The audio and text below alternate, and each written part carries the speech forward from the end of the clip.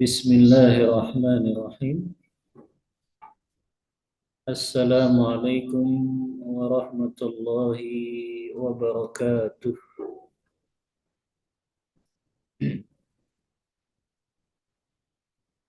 Innal hamdalillah hamdan katsiran tayyiban mubarakan fih kama yuhibbu rabbuna wa yardah. Wa asyhadu an la ilaha illallah wahdahu la syarika lah wa asyhadu anna Muhammadan abduhu wa rasuluh. Allahumma salli wa sallim ala nabiyyina Muhammadin sallallahu alaihi wasallam wa ala alihi wa ashabihi wa man tabi'ahum bi ihsanin ila yaumiddin, amma ba'd. Akhwati fillah rahimani wa rahimakumullah, para ummahat, para akhwat, para wanita muslimah yang semoga Allah senantiasa melimpahkan rahmat dan hidayah taufik untuk kita semua. Alhamdulillah, di siang hari ini dengan izin dan pertolongan dari Allah kita bisa melanjutkan kembali kajian rutin kita setelah libur Ramadan dan juga hari raya Idul Fitr. Tidak lupa ana mengucapkan taqabbalallahu minna wa minkum shalihal a'mal kullu amin wa antum bi khairin. Semoga Allah menerima segala amal ibadah yang sudah kita lakukan di bulan Ramadan dan Allah berikan taufik kepada kita untuk meneruskan amaliyah-amaliyah yang sudah kita lakukan di Ramadan di 11 bulan yang akan datang. Amin. Allahumma amin. Kita lanjutkan kembali pembahasan kita, masih mengkaji kitab Panduan Amal Sehari Semalam yang ditulis oleh Al-Ustaz Abu Ihsan Al-Athari dan juga Ummu Ihsan hafizahumullah jami'an. Dan kita sampai pada bab ke-31.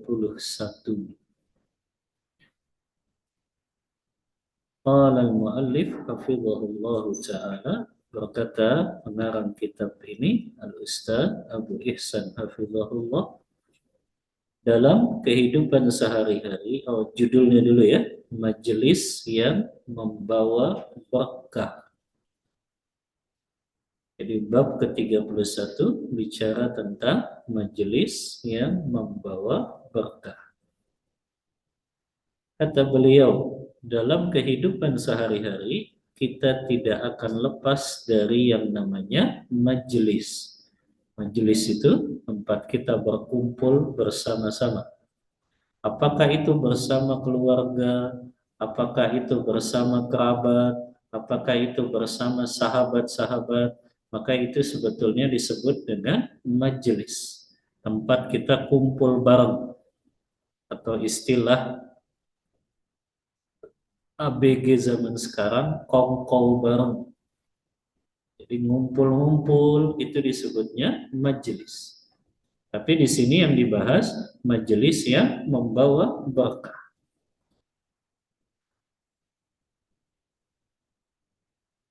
Kemudian kata beliau, di majelis itulah kita duduk berkumpul bersama keluarga atau sahabat untuk berbincang-bincang atau saling bertukar pikiran.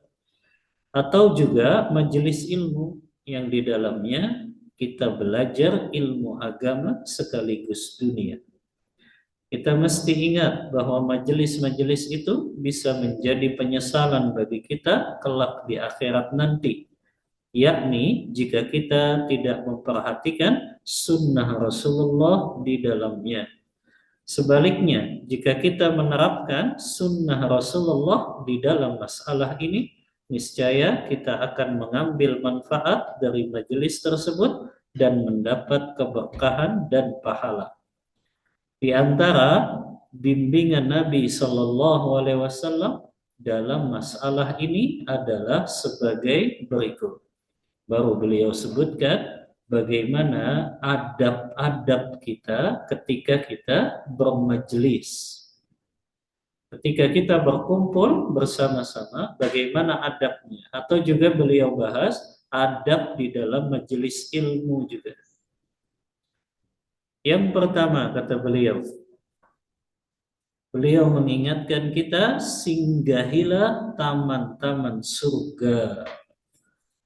Majelis yang justru harus sering kita hadiri adalah majelis ilmu syariat yang Rasulullah menyebutnya sebagai taman-taman surga.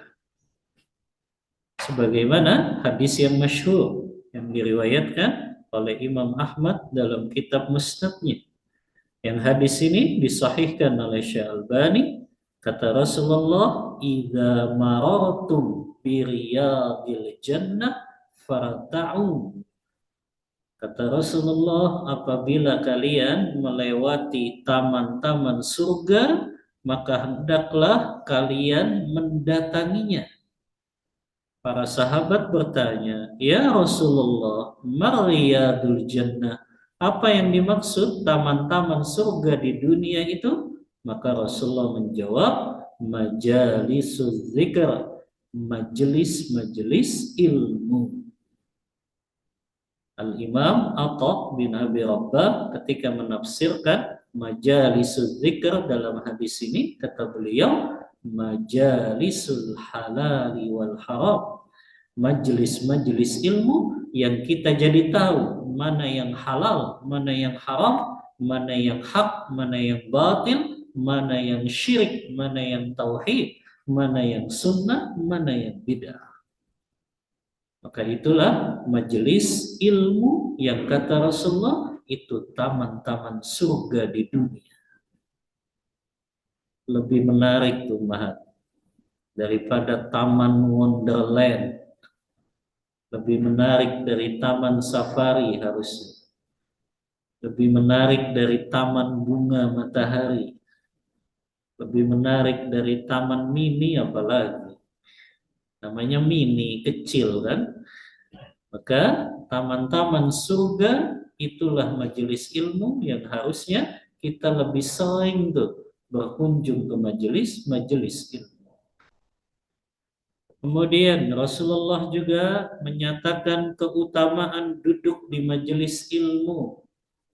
Kata Rasulullah, majtama'a qaumun fi baitin min buyutillahi ta'ala yatluna kitaballah wa yatadarasunahu bainahum illa nazalat alaihimus sakinah wa ghasyiyatuhumur rahmah wa haffathumul malaikah wa dzakarahumullahu fi man indah. Kata Rasulullah, tidaklah berkumpul suatu kaum dalam salah satu rumah di rumah-rumah Allah, lalu mereka membaca kitabullah dan mereka saling mempelajarinya dan mereka saling mengajari di antara mereka, melainkan Allah turunkan ketenangan kepada mereka, ketentraman kepada mereka. Allah curahkan rahmat atas mereka.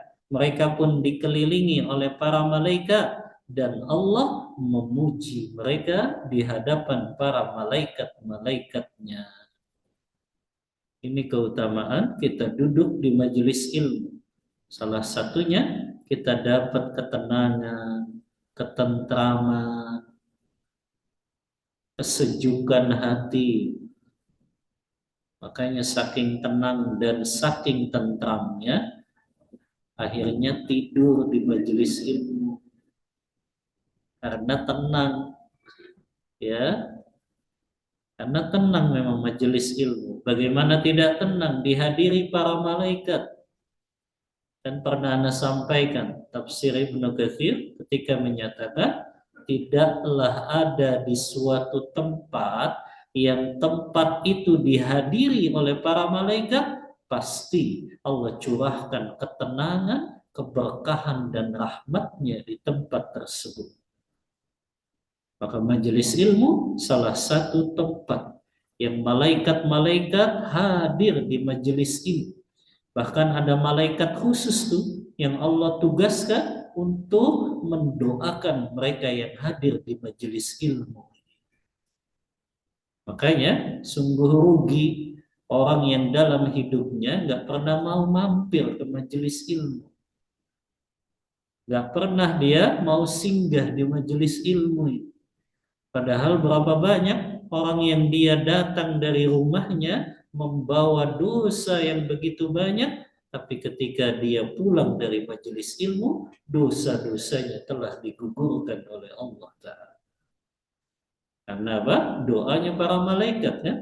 Malaikat mendoakan orang yang hadir di majelis ilmu, Allahumma ghafir lahu, Allahumma rahamhu, sampai majelis ilmu itu selesai.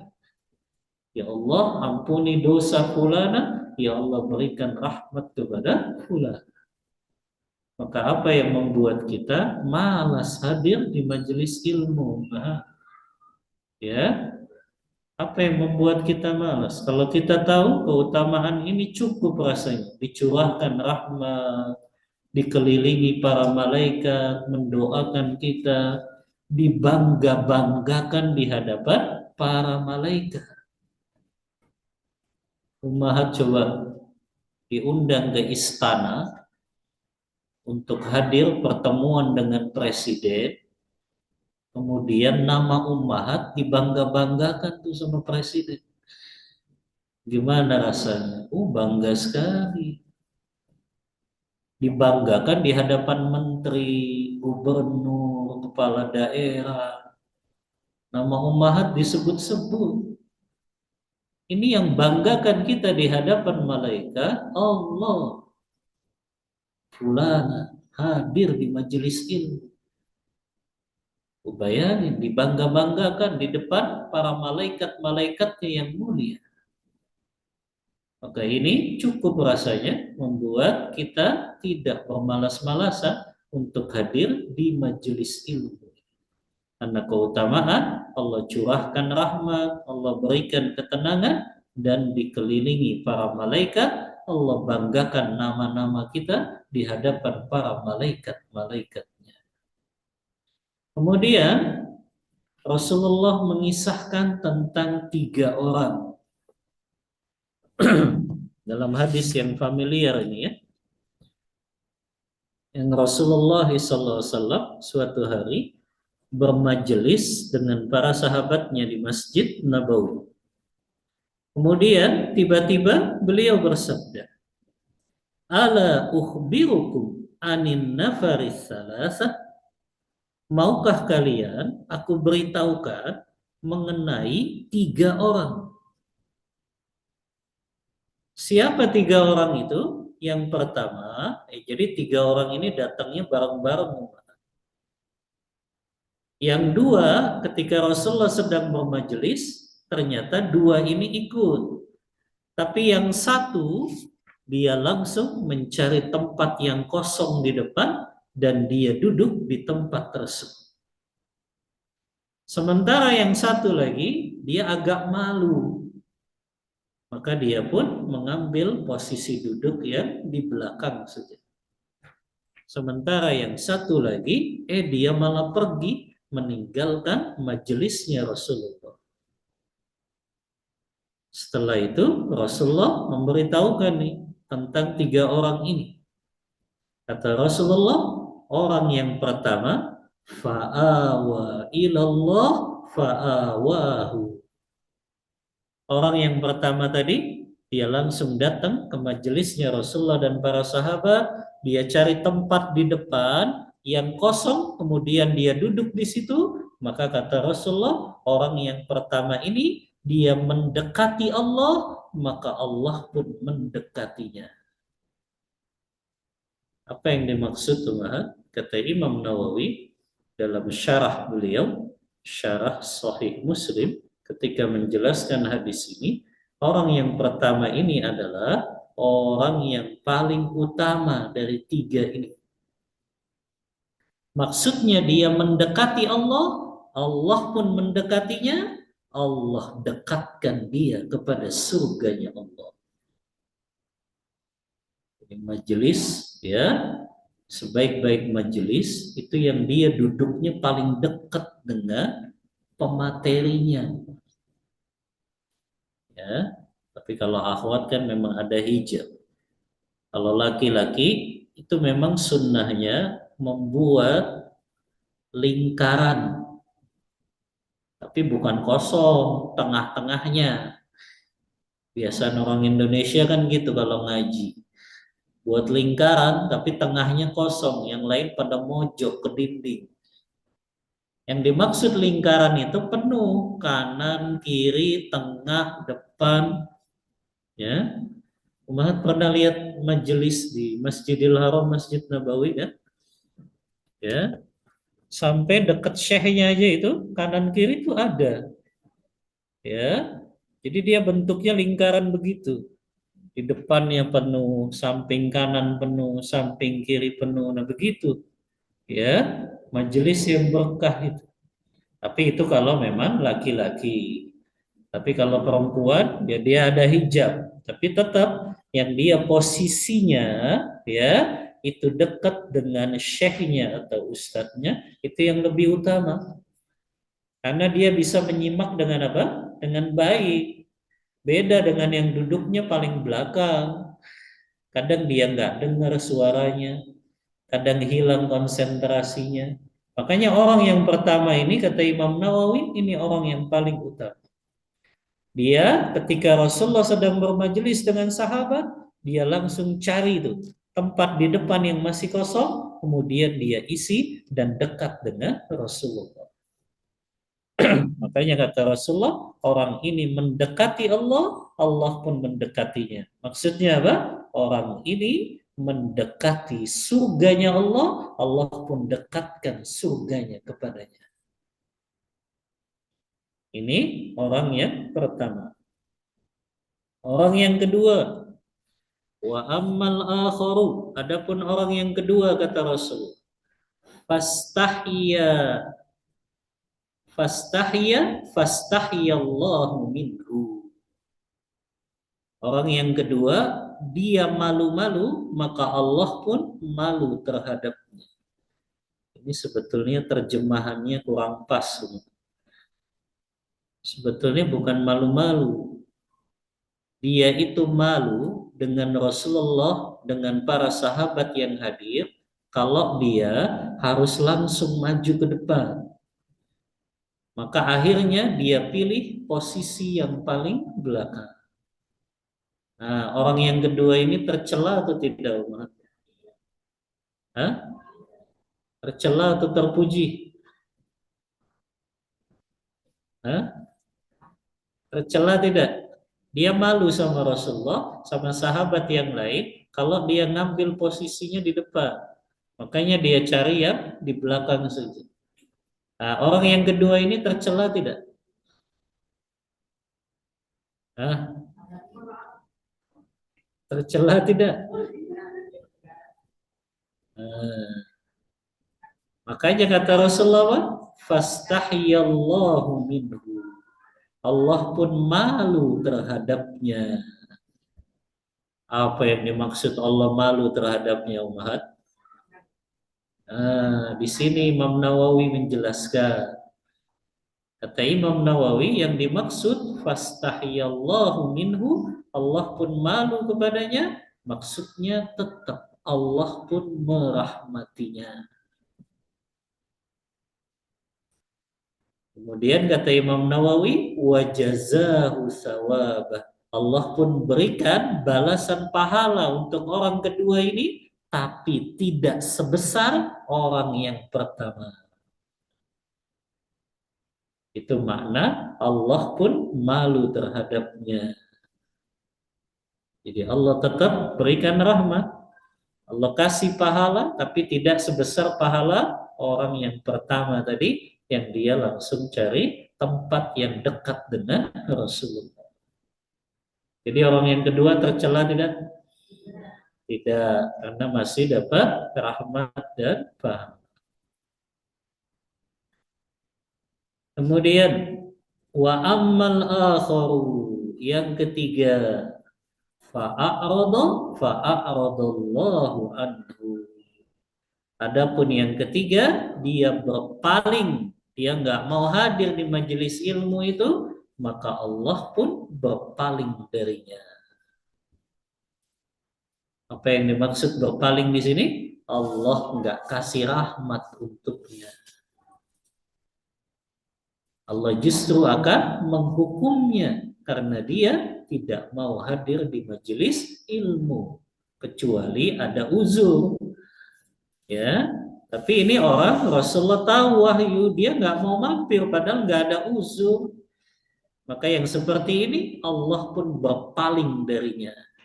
Maknanya Allah nggak kasih rahmat tuh untuk orang seperti itu dan Allah justru akan menghukum, mengazabnya. Syekh Utsaimin rahimahullah ketika menjelaskan hadis ini, beliau mengambil beberapa faidah. Faidah yang pertama diantaranya, ini hadis dijadikan dalil oleh sebagian ulama bolehnya langsung duduk di majelis ilmu walaupun belum sholat tahiyatul masjid. Lihat kan, dua orang ini diceritain sholat tahiyatul masjid dulu nggak? Berarti langsung apa? Duduk ketika melihat majelisnya Rasulullah dan para sahabat. Walaupun kata Syekh Utsaimin ini dalil memang sholat tahiyatul masjid tidak wajib tapi sunnah yang sangat ditekankan. Ya, nah ini dijadikan dalil sebagian ulama. Ya, walaupun memang kalau memang majelis itu masih memungkinkan kita sholat tahiyatul masjid, ya diusahakan tetap sholat. Tapi ini orang datangnya udah terlambat. 15 menit lagi mau selesai. Baru datang. Tahiyatul masjid dulu lagi. Akhirnya ya dia selesai tahiyatul masjid ya. Udah selesai kajiannya. Akhirnya dia nggak dapat ilmu. Tapi kalau masih memungkinkan di awal-awal gitu ya, maka nggak apa-apa dia dahulukan tahiyatul masjid. Ya. Yang kedua juga kata Syekh Utsaimin di antara faidah dari hadis ini menunjukkan ummahat kita harus berada di posisi yang dekat dengan orang yang memberikan ilmu kepada kita. Artinya diusahakan ummahat tetap posisi duduknya yang paling depan dulu yang diisi. Jangan senangnya nyender di belakang. Ya, tapi yang di depan dulu diisi. Maka hadis ini kan lihat orang yang pertama, dia cari itu di depan masih ada nggak ya yang kosong. Ketika masih ada yang kosong, dia segera. Nah, orang yang pertama ini kan yang dipuji oleh Rasulullah. Fa'awa ilallah fa'awa. Orang itu mendekat kepada Allah, Allah pun mendekat kepadanya. Ya. Jadi justru cari yang depan yang masih kosong. Itu orang yang masuk dalam golongan pertama tadi. Dia mendekat kepada Allah, Allah pun mendekat kepadanya. Jadi dia cari itu celah-celah yang memang masih kosong dalam majelis ilmu. Ini yang dianjurkan. Kenapa? Hah? Kalau akhwat, ya iya maksudnya di balik hijab kan yang paling depannya. Bukan mendekat ke ustadznya, tapi di balik hijabnya itu kan ada kan stop pertama ya tetap dia mendekat supaya ya dia lebih sampai ilmunya ya. Karena kalau agak di belakang kan kadang suaranya tidak terdengar atau mungkin dia salah paham lagi ya, maka tetap kecuali ada uzur dia bawa anak misalnya khawatir malah mengganggu yang di depan, maka dia di belakang, nggak masalah. Tapi kalau memang dia dalam keadaan tidak bawa anak, tidak ada uzur, maka boleh untuk dianjurkan untuk tetap berada di posisi paling dekat dengan yang mengajar. Nah, ini faidah-faidah yang disebutkan oleh Syekh Utsaimin dalam hadis ini. Kemudian kata pengarang kitab ini, sungguh musibah besar bagi seseorang apabila Allah berpaling darinya. Dan ini adalah akibat dari dia berpaling dari majelis ilmu. Bagaimana mungkin dia betah duduk berlama-lama di taman-taman surga jika di taman surga saja dia tidak betah duduk lama-lama, lantas di manakah lagi dia akan betah untuk duduk? Mendalami agama terasa berat bagi orang yang dalam hatinya terdapat benih-benih kemunafikan. Rasulullah SAW bersabda, khoslatani la tajtami'ani fi munafiq. Dua sifat, dua karakter yang tidak akan terkumpul pada diri orang yang munafik. Yang pertama, husnu samtin. Yang kedua, wa fiqhun fi dini. Yang pertama, akhlak yang terpuji. Yang kedua, semangat menuntut ilmu agama. Jadi kalau ada orang malas nuntut ilmu agama, harusnya dia khawatir tuh. Jangan-jangan ada penyakit kemunafikan. Ya, karena Rasulullah sebut nih, dua karakternya orang munafik. Dua sifatnya orang munafik. Ya, yang itu akan berkumpul pada diri orang munafik, yaitu akhlaknya tercela, yang kedua dia malas-malesan nuntut ilmu agama. Maka jangan sampai ini ada dalam diri kita, umat. Kita senantiasa semangat kalau menuntut ilmu agama. Jangan semangatnya kalau healing aja jalan-jalan. Tapi semangat berangkat untuk menuntut ilmu agama itu harus senantiasa kita rawat. Dan orang itu nggak akan jadi penuntut ilmu sejati, kata Ibnu Qayyim, sampai dia merasakan nikmat duduk di majelis ilmu. Jadi kalau ummahat sudah merasakan nikmat duduk di majelis ilmu, itu baru tuh penuntut ilmu sejati. Jangan malah di majelis ilmu, jasadnya hadir, hatinya nggak tahu kemana. Ya, jasadnya sih hadir duduk, ya, tapi kepikiran lagi, pikiran dunia lagi. Waduh, antam berapa sekarang nih naiknya? Ya, Mas Antam naik apa turun ya hari ini? Oh, kepikirannya dunia lagi. Maka rasakan nikmat itu, ya, nikmat bisa duduk di majelis ilmu. Kita rasakan itu sebagai nikmat dan lezat, baru itu penuntut ilmu sejati. Nah, ini diantara majelis yang harusnya sering kita hadiri, yaitu majelis-majelis ilmu. Yang kedua, adab kita bermajelis tidak menghadiri majelis-majelis yang mungkar. Apa artinya munkar, Umat? Bertentangan dengan syariat Islam. Apa yang dimaksud majelis munkar? Majelis yang dibenci oleh Allah. Yang di dalamnya ada perbuatan kesyirikan. Nah, nggak boleh kita umat duduk di majelis, kumpul bersama, yang di situ ada unsur kesyirikannya. Walaupun sekedar menyaksikan saja. Makanya di antara sifatnya ibadur rahman yang Allah sebutkan di akhir surah Al-Furqan itu. Kata Allah, walladzina la yashhaduna az-zura wa idza marru bil lagwi marru kirama. Di antara sifatnya ibadur rahman, hamba-hamba yang Allah sayangi, mereka apabila melewati az-zur.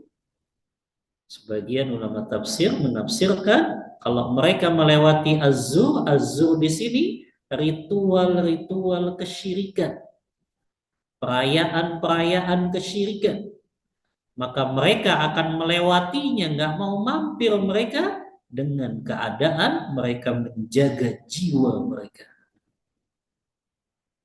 Makanya nggak boleh nonton ritual kesyirikan, pakai nobar lagi, nonton bareng, nonton bareng barongsai, ya itu kan perayaannya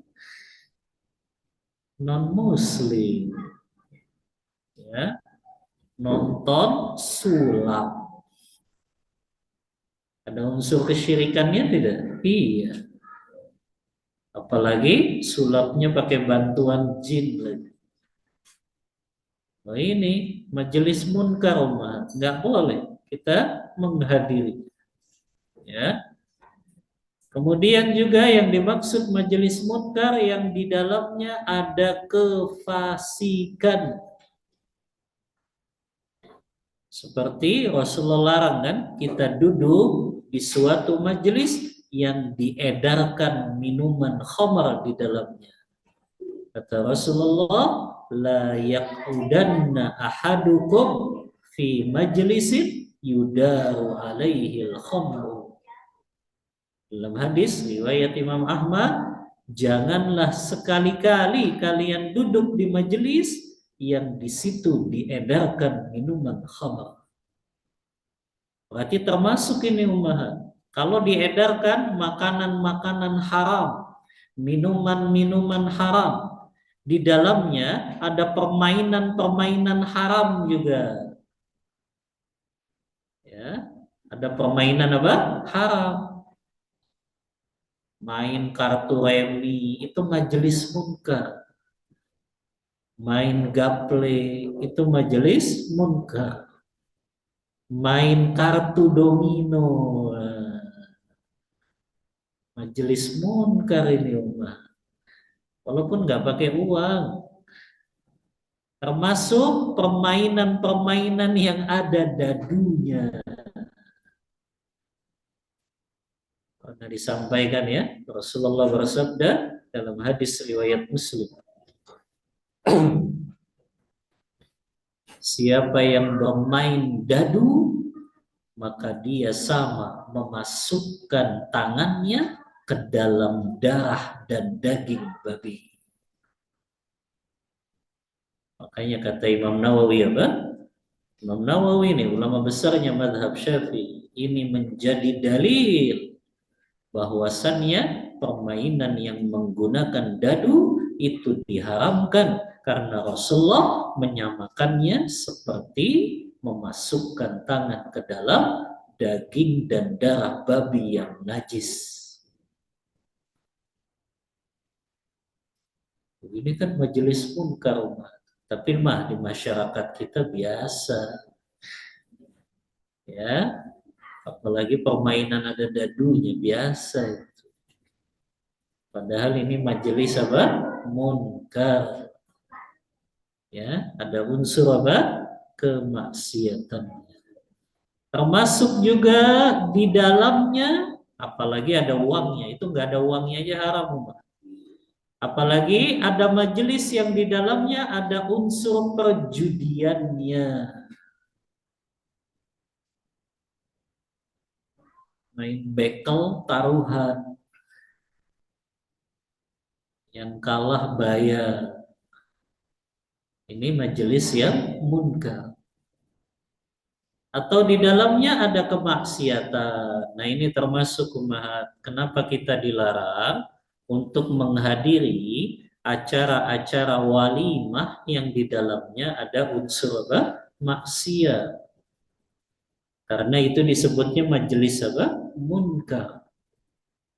Ya. Hukum asal kalau kita diundang walimah kan wajib. Tapi ketika kita tahu di dalamnya ada unsur maksiat, maka hukumnya berubah. Kita justru tidak boleh untuk menghadirinya. Karena itu disebut apa? Majelis munkar. Nah, di sini dikasih contoh juga. Di antara bentuknya berkumpul-kumpul untuk gibah, namimah, berkata keji, menyembunyikan keburukan, berkhianat kepada kaum muslimin, menyebarkan rahasia rumah tangga, membicarakan hubungan suami istri, memfitnah, menuduh, dan keburukan semacam. Jadi ummahat, kalau ada majelis ghibah dan ummahat nggak bisa membela kehormatan orang yang digibahi itu, maka wajib untuk meninggalkan majelis tersebut. Kan biasanya suka begitu tuh, tetangga ngajakin gibah, ngomongin fulanah lah. Nah itu wajib orang yang mendengar keburukan saudaranya dibicarakan, itu dia bela. Sebagaimana hadis Bukhari dan Muslim kan? Ketika peristiwa perang Tabuk itu, yang Ka'ab bin Malik tidak ikut. Ketika sampai di Tabuk, maka Rasulullah nanya kan, kemana Ka'ab bin Malik? Ada orang yang berkata, ya Rasulullah, Ka'ab bin Malik mah sudah tersibukkan dengan hartanya. Makanya dia nggak ikut jihad. Langsung dibela kan sama Mu'az bin Jabal. Bi'sal qaul, sungguh ucapan yang buruk yang kau ucapkan. Ya Rasulullah, ma'alimnahu illa khairan. Wahai Rasulullah, kami nggak mengenal Ka'ab kecuali dia adalah orang yang baik. Jadi bukan malah ditambahin, dikomporin. Kalau ada saudari muslimahnya dibuka aibnya, dijelek-jelekan, dibuka keburukannya. Kalau kita tahu memang dia orang baik, bela umat, bela kehormatan. Makanya sampai Imam Nawawi dalam kitabnya yang Ummahat sudah hatam, Riyadus Shalihin ini, ya, itu kan membuat bab khusus tuh. Beliau buat babun tahrimu sama'il ghibati wa umira man sami'a ghibatan muharramatan biraddiha wal inkari ala qailiha. Bab haramnya mendengarkan ghibah dan diperintahkan bagi siapa yang mendengar ghibah, aib-aib saudaranya dibuka, maka dia wajib untuk membelanya dan mengingkari orang yang mengatakan ghibah tersebut. Fa'in ajiza, kalau dia nggak mampu melakukan itu, faraqadzalikal majlis, maka dia harus meninggalkan majelis tersebut.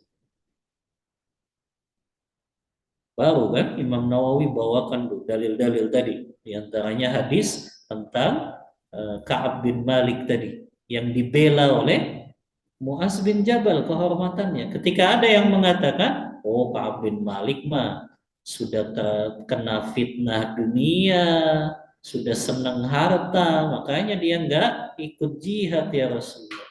Dibela tuh sama Mu'az bin Jabal. Kami nggak mengenal Ka'ab kecuali dia orang baik ya Rasulullah. Bahkan ada keutamaan ummahat dalam hadis riwayat Tirmidzi yang dihasankan oleh Syekh Albani. Keutamaan orang yang membela kehormatan saudaranya ketika kehormatannya dirusak, itu digibahi. Kata Rasulullah, man radda an irdi akhihi raddallahu an wajhihi nara yaumal qiyamah. Ini keutamaannya besar, membela kehormatan saudari muslimah kita. Kata Rasulullah, siapa yang membela kehormatan saudara muslim atau saudari muslimahnya, maka Allah akan jauhkan wajahnya dari api neraka pada hari kiamat nanti. Ya tuh Mbak. Kita bela kehormatan saudari muslimah kita yang kita kenal dia baik kok. Akidahnya lurus, manhajnya lurus, ya. Tapi dibuka aibnya. Apalagi biasanya di grup WA ya. Dibicarakan keburukan-keburukannya, aib-aibnya. Maka kalau ummahat ingin gua gampang membelanya tadi itu. Katakan seperti yang dikatakan Muaz bin Jabal. Apa kata Muaz? Ma'alimnahu illa khairan. Enggak, aku enggak kenal fulanah kecuali dia orang baik kok. Cukup begitu aja belanya. Itu sudah dapat keutamaan apa? Allah akan jauhkan wajahnya dari neraka pada hari kiamat. Ini keutamaan membela kehormatan saudara muslim, saudari muslim kita. Nah ini ya, majelis munkar, majelis ghibah. Makanya jangan suka itu nontonnya apa tuh yang gosip-gosip.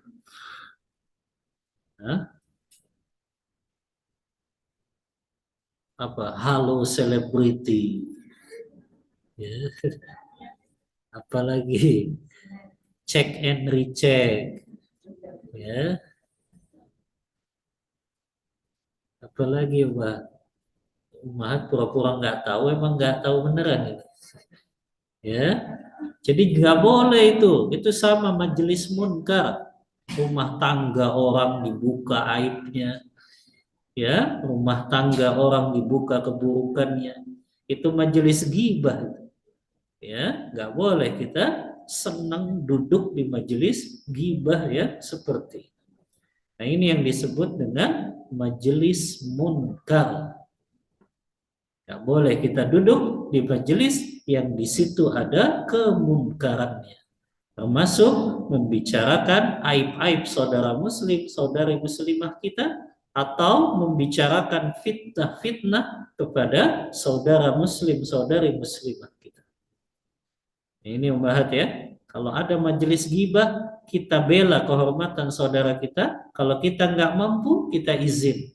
Afwan ya, Anda duluan aja deh. Jadi nggak boleh kita betah di majelis ghibah yang seperti itu. Ini yang kedua. Tidak boleh, haram hukumnya menghadiri majelis munkar tadi ya. Di dalamnya ada kesyirikan, di dalamnya ada kefasikan, dosa-dosa besar, di dalamnya ada kemaksiatan-kemaksiatan. Yang ketiga, bermajelis, duduk-duduk bersama orang saleh. Berarti kalau ummahat duduk bersama orang-orang solehah, wanita-wanita solehah. Kapan seorang wanita disebut solehah? Ayo, apa parameternya? Apa parameternya wanita itu disebut solehah? Atau laki-laki itu disebut soleh?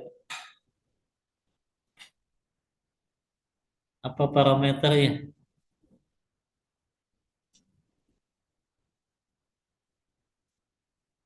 Apa Muhammad? Habis libur panjang seperti bayi yang baru dilahirkan.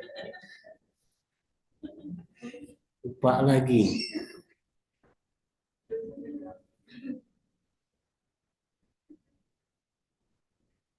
Apa parameternya? Laki-laki disebut soleh, perempuan disebut soleha. Parameternya apa? Hah? Ayo mah, Yang akhlaknya baik, Ustadz. nanti mau cari menantu soleh gimana? Gak tahu parameternya.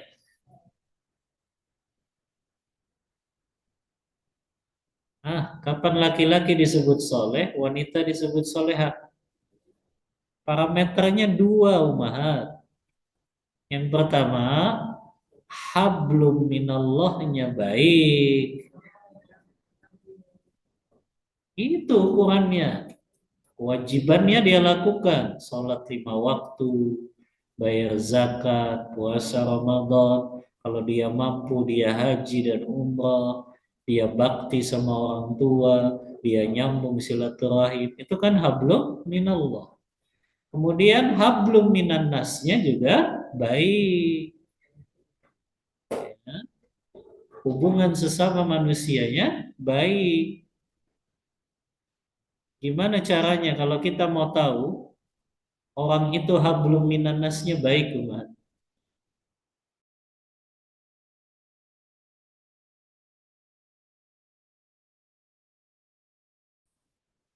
Tuh gimana ini mau cari menantu nanti? Tahu dari mana menantunya soleh, hablum minan nasnya baik? Hah? Mahat kalau mau tahu orang itu hubungan sesama manusianya baik atau tidak bisa dilakukan dengan salah satu dari tiga. Yang pertama, Ummahat ajak orang itu safar bersama. Orang kalau safar tuh ketahuan karakter aslinya.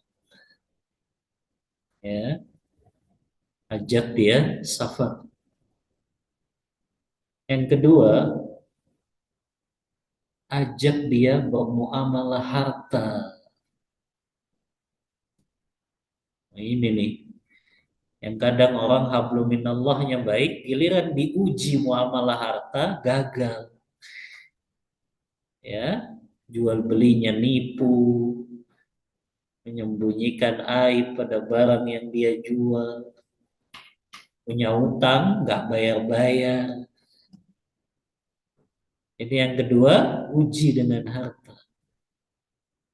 Yang ketiga, Ummahat jadi tetangganya. Kalau Ummahat nggak bisa jadi tetangganya, berarti tanya kepada tetangganya. Gimana sih si Fulan? Gimana sih si Fulana?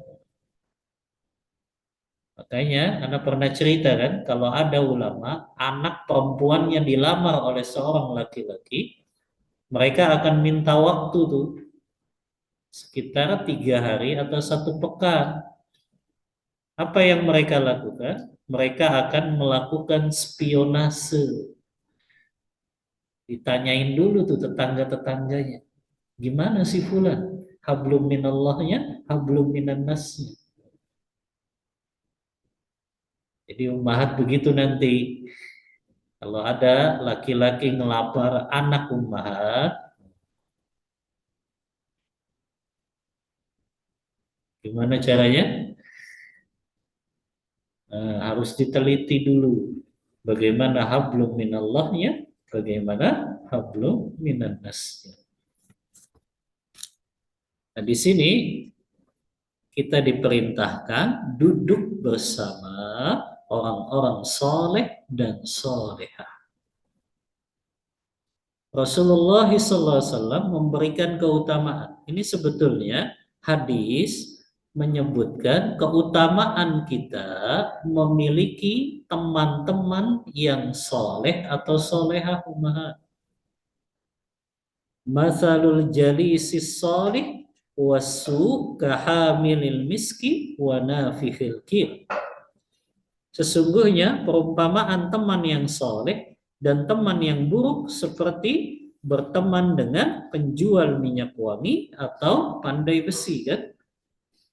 Orang yang dia berteman dengan penjual minyak wangi, apakah orang itu menghadiahkannya atau dia membeli dari penjual itu atau minimal dia dapat tuh cipratan harumnya. Tapi orang kalau dia bertemannya dengan pandai besi, minimal dia dapat cipratan apanya, Umahat? Cipratan asapnya, baranya. Sama, orang punya teman-teman yang buruk, ahli maksiat, orang fasik, maka dia lama-kelamaan akan melakukan kefasikan dan kemaksiatan. Makanya di sini kita disuruh bermajelis, duduknya bersama orang soleh dan soleha. Supaya apa? Supaya kita punya teman soleh dan soleha yang banyak. Apa manfaatnya punya teman-teman solehah yang banyak? Disebutkan dalam kitab yang lain, Ummah. Ada 3 manfaat kita memiliki teman-teman yang solehah, yang bertakwa kepada Allah. Manfaat pertama, ketika di dunia. Apa manfaatnya Ummahat punya teman yang solehah? Dia selalu mengajak kita pada kebaikan. Kan nggak mungkin tuh kalau teman kita solehah ngajakinnya ke diskotik. Kan nggak mungkin. Ngajakinnya kongko lah kita ke Kemang. Ya, ngajakinnya ya, yuk kita nonton bioskop. Ya, tapi teman yang soleha pasti ngajaknya kemana? Majelis ilmu. Atau mungkin ngajaknya ke toko buku, beli kitab. Ya. Jadi selalu manfaat. Atau yang kedua, manfaatnya juga dia akan mengingatkan kita kalau kita jatuh pada kesalahan. Teman solehah tuh gitu, Maha. Bukan malah membiarkan temannya jatuh dalam kemaksiatan. Ini bukan teman yang baik. Teman yang baik itu, kalau dia lihat temannya jatuh pada kekeliruan, kesalahan, dia ingatkan dengan lemah lembut.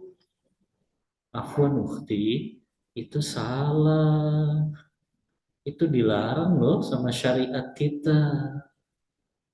Jadi diingatkan, itu baru teman yang soleha. Bukan malah membiarkan temannya terjerumus dalam dosa. Itu bukan teman yang baik, teman. Teman yang baik justru ngingetin kita ketika kita jatuh pada kesalahan dan kekeliruan. Apalagi manfaatnya di dunia, teman solehah umat. Di antara manfaatnya, kalau kita sakit, dia doakan, bahkan dia jenguk kita. Coba kalau temennya nggak soleha, kalau kita lagi senang, baru dia ingat. Kalau kita lagi susah, sakit, nggak mau dia kunjungin kita. Tapi kalau teman-teman yang soleha, lagi sakit pun kita didatangi. Kita dikasih motivasi, sabar, ridho, terus berprasangka baik kepada Allah. Ya, lihat manfaatnya luar biasa. Yang ketika kita sakit pun jadi tenang gitu. Ketika dikunjungi teman-teman yang soleh. Begitu juga kalau teman kita soleha, saat kita dalam keadaan sakratul maut, dia tahu apa yang harus dia lakukan, dia akan talkinkan kita. Begitu manfaatnya punya teman yang soleha. Ketika kita berada di hadapan teman kita, nafas sudah terisak-isak gitu ya, sudah sakratul maut, teman kita pasti tahu, soalnya dia soleha, dia sering hadir di majelis ilmu, dia langsung talkinkan kita. Itu manfaatnya berjumpa, memiliki teman yang soleha. Itu baru di dunia, Umar. Setelah kita wafat, manfaat nggak punya teman yang soleha? Manfaat. Apa manfaatnya? Dia akan doakan kita. Ya, dia selalu doakan kita. Atau dia akan mengurusi jenazah kita sesuai sunnah Rasulullah.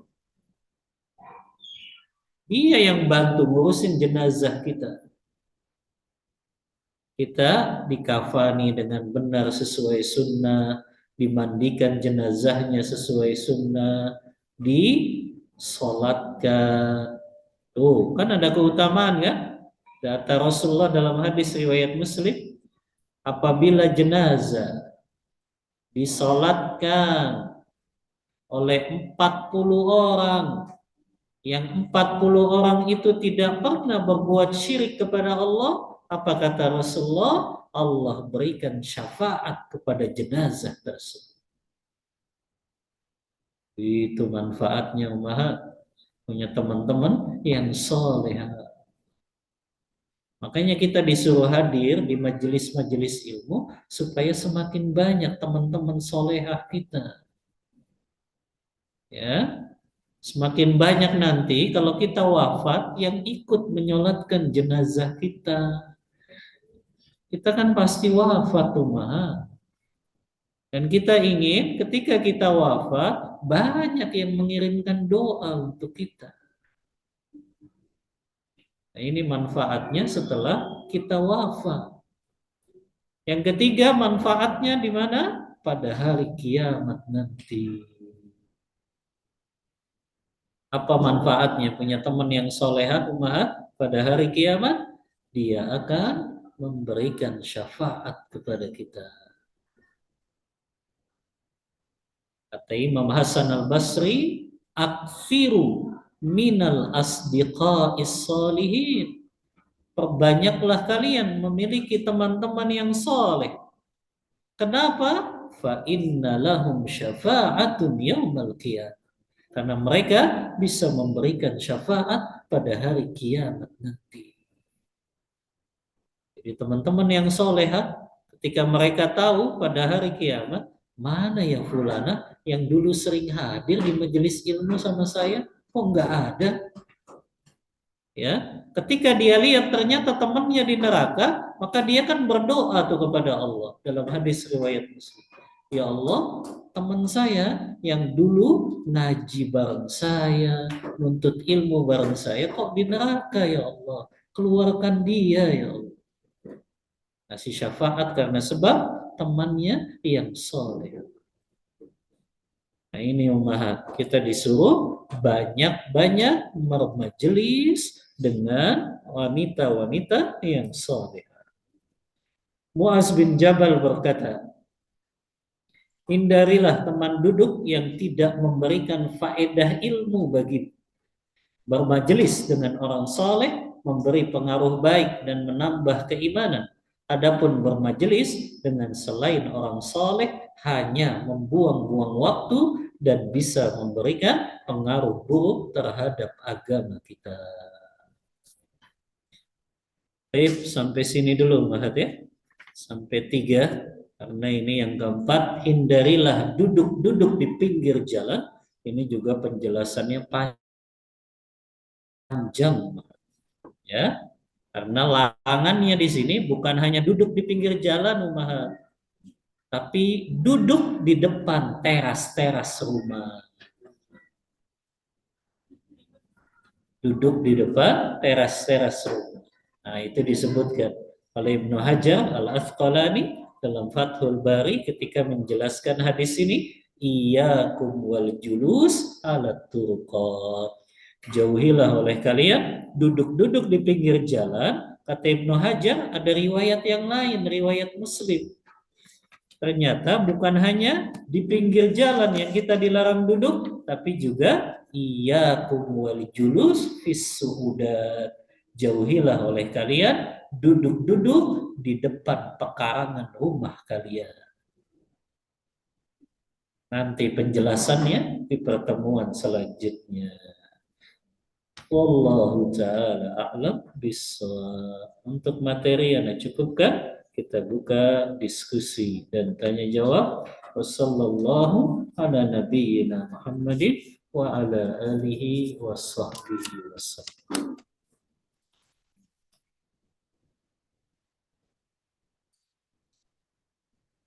Bismillah, izin bertanya. Apakah boleh menghadiri halal bihalal yang diadakan di lingkungan rumah yang tidak ada hijab antara laki-laki dan perempuan, dan ada musik tetapi musiknya pas di awal sebelum acara dan di akhir acara? Ya ini banyak ya di lingkungan masyarakat kita. Yang pertama, Umahat, kalau memang kita khawatir akan muncul fitnah kalau kita tidak hadir dalam halal bihalal tersebut, maka tetap boleh menghadirinya tapi dengan syarat. Syaratnya apa?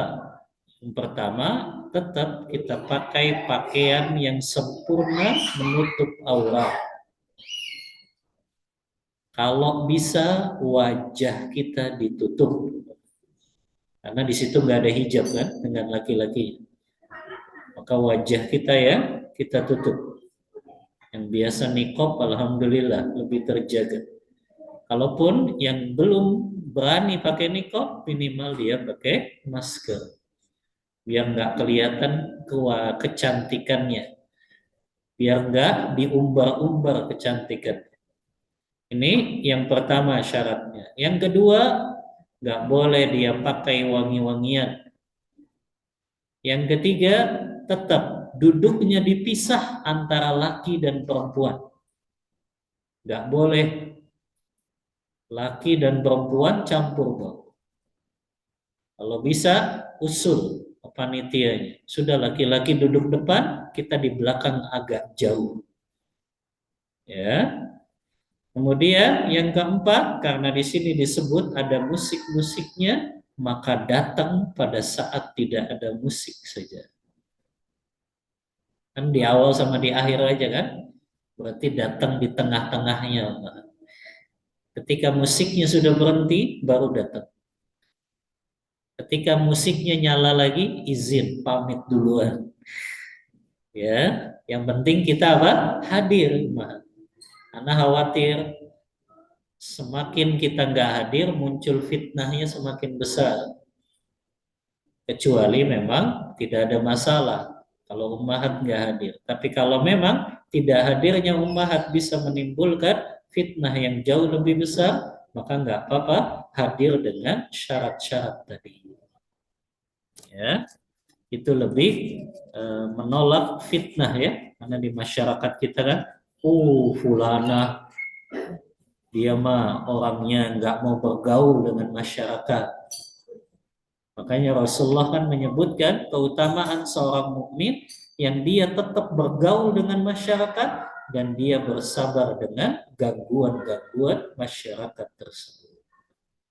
Wallahu ta'ala a'lam bissawab.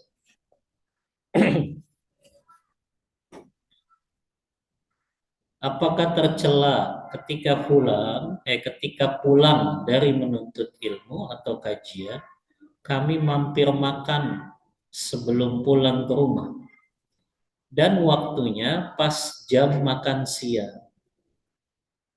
Ini maksudnya ketika kajian udah selesai ya.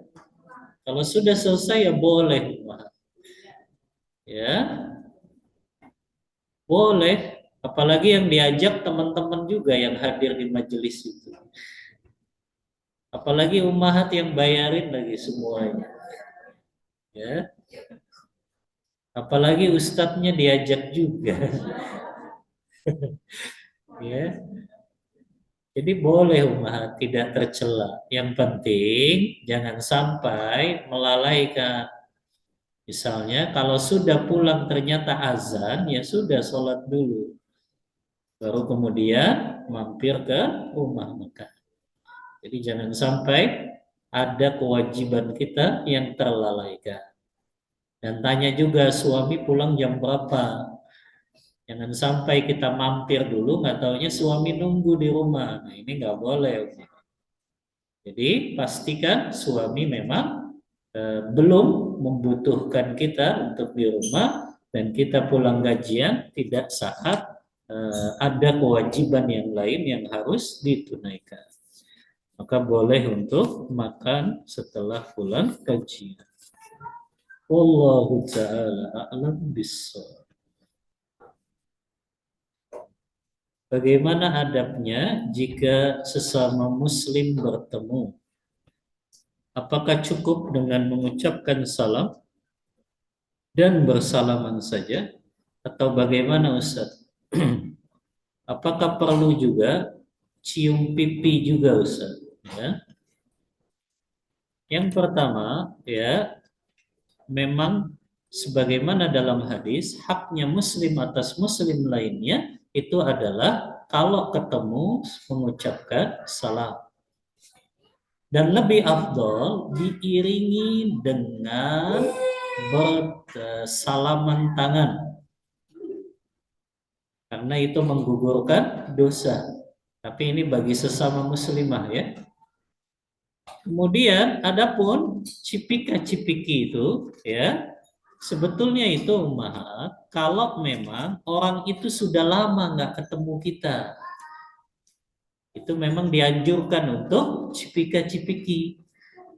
Tapi kalau itu sudah sering ketemu kita, ya sebetulnya tidak dianjurkan.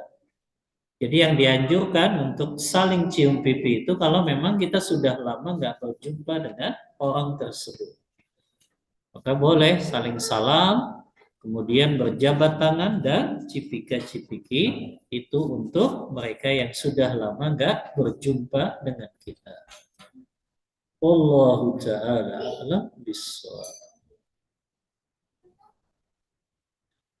Apakah kita tetap mendapatkan dosa jika kita tidak berani mengingatkan, menegur teman yang sedang gibah, tapi di dalam hati istighfar? Kalau kita mampu secara lisan, maka kita gunakan itu, Maha. Ya, kita gunakan. Oh, jangan gitu, fulana, itu gibah. Kita ingatkan itu. Ya, tapi kalau kita nggak mampu, maka kita mengingkari dengan hati. Tapi ingat kata Rasulullah, itu selemah-lemahnya iman. Berarti iman kita lagi lemah tuh saat itu. Kalau kita cuma bisa mengingkari dengan hati saja. Makanya kalau kita mampu dengan lisan, ingatkan teman kita. Sudahlah, cari topik yang lain, itu ghibah tahu. Ya, cari pembahasan yang lain. Kalau kita nggak mampu, lebih baik kita meninggalkan majelis tersebut. Ya. Wallahu ta'ala a'lam bishawab. Ada pertanyaan online?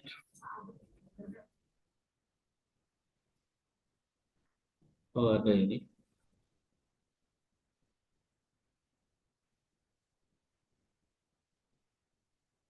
Ustadz Afwan izin bertanya, pada saat mudik ke kampung halaman, qadarullah masjidnya kalau siang tidak ada sholat berjamaah dan masjidnya terkunci. Bagaimana hukumnya apabila laki-laki sholatnya berjamaahnya di rumah? Kalau memang ternyata tidak ada masjid lagi di situ, maka boleh dia sholat berjamaahnya di rumah. Tapi kalau ternyata dia cari-cari, ternyata di dekat masjid itu ada masjid yang lain, maka tetap lebih utama dia sholat di masjid yang lain tersebut. Tapi kalau ternyata di daerah kampungnya memang cuma satu masjid, nggak ada masjid lagi, maka ini rukhsah keringanan, maka boleh bagi dia untuk sholat berjamaah di rumahnya. Allahu ta'ala a'lam bishawab. Ustadz Afwan izin bertanya, apabila makmum yang masbuk mendapatkan imam bangun dari ruku dan dia bisa bertakbiratul ihram pada saat tersebut, apakah ini terhitung satu rakaat atau tidak? Kalau dia tidak mendapat ruku bersama imam, maka dia tidak mendapat rakaat. Jadi kalau imamnya sudah bangun, sami Allahu liman hamidah, dia baru takbiratul ihram, itu nggak dapat rakaat. Berarti dia harus ganti dengan rakaat yang baru. Karena dia dihitung nggak dapat rakaat. Jadi dia baru dapat dianggap rakaat kalau imamnya masih ruku dan dia bisa takbiratul ihram kemudian ruku. Baru kalau dia bisa dapat ruku bersama imam, baru dia dianggap dapat satu rakaat. Tapi kalau dia nggak dapat rukuk bersama imam, maka dia nggak dapat satu rakaat. Wallahu ta'ala a'lam bissawab. Ada lagi ya yang online?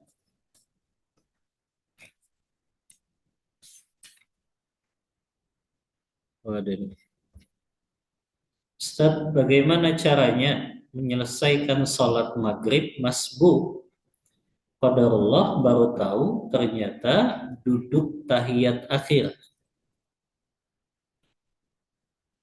Maksudnya gimana?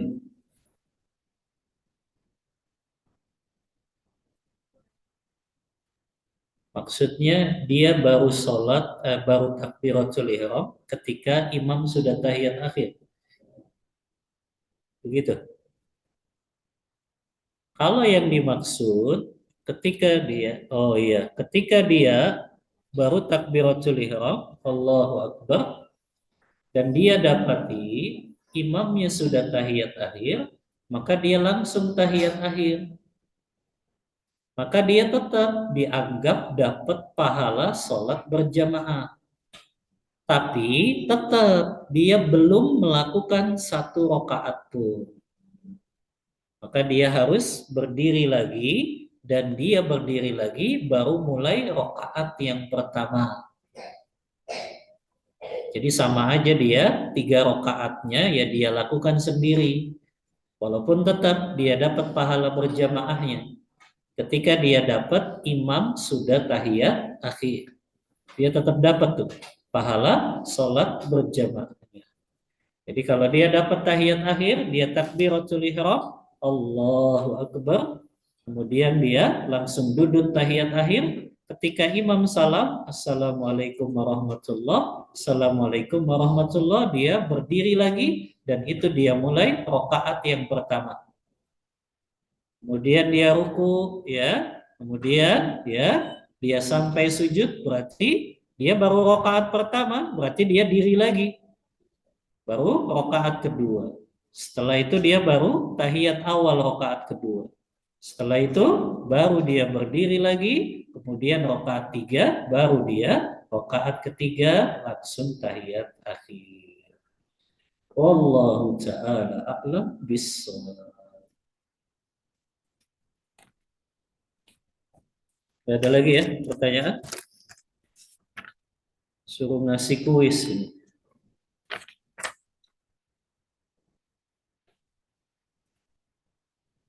Iya, kuis kan Umahat? Yang pertama, ini yang bisa ikut yang offline doang dong. Atau yang online juga? Hah? Yang online bukunya dikirim. Baik, pertanyaan pertama.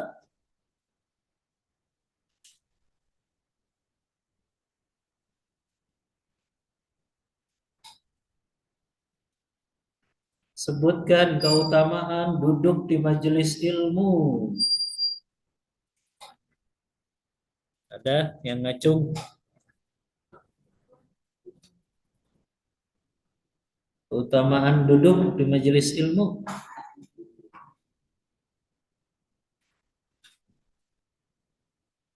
Ada?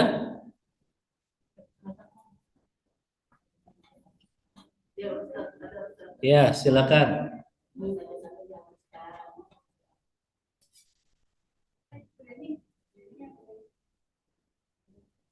Di hadis itu ada 4 kan? Nah, ya, ya,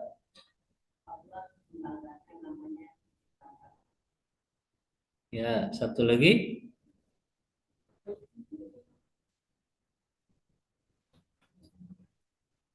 Satu lagi apa? Nah, diberikan ketenangan. Iya. Ya, silakan dikasih hadiahnya. Pertanyaan yang kedua, apa yang dimaksud dengan majelis munkar? Apa yang dimaksud majelis yang mungkar itu?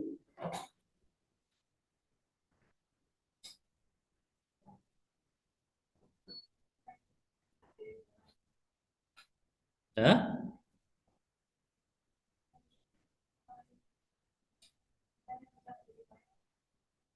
ya.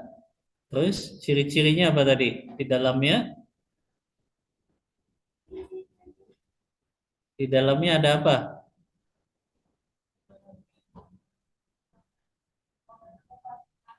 Ya, fasikan. Terus, ya. Terus,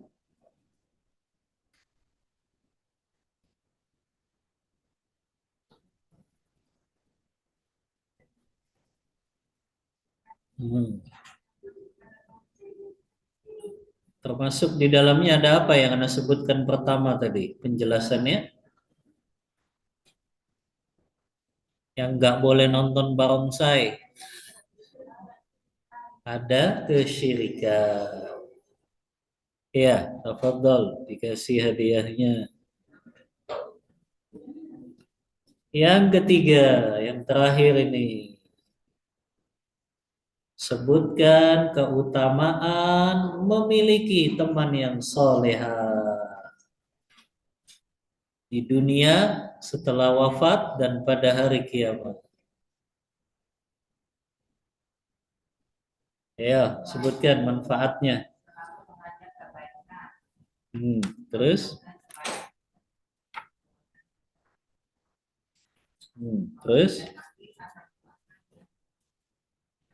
ya, baik. Itu di dunia. Kemudian setelah wafat,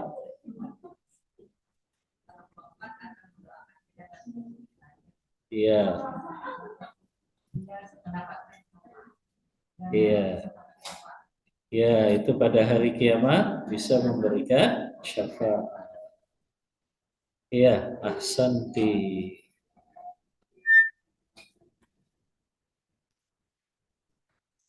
Baik, cukup ya, Umahat. Sudah mau asar ini. Kita cukupkan kajian kita pada siang hari ini. Mohon maaf bila ada kata-kata yang kurang berkenan di hati Ummahat semuanya.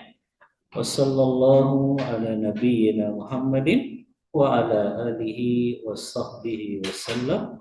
Kita tutup kajian kita membaca doa kafaratul majlis. Subhanakallahumma wa bihamdika asyhadu an la ilaha illa anta astaghfiruka wa atubu ilaik. Walhamdulillahi rabbil alamin. Wassalamualaikum warahmatullahi wabarakatuh.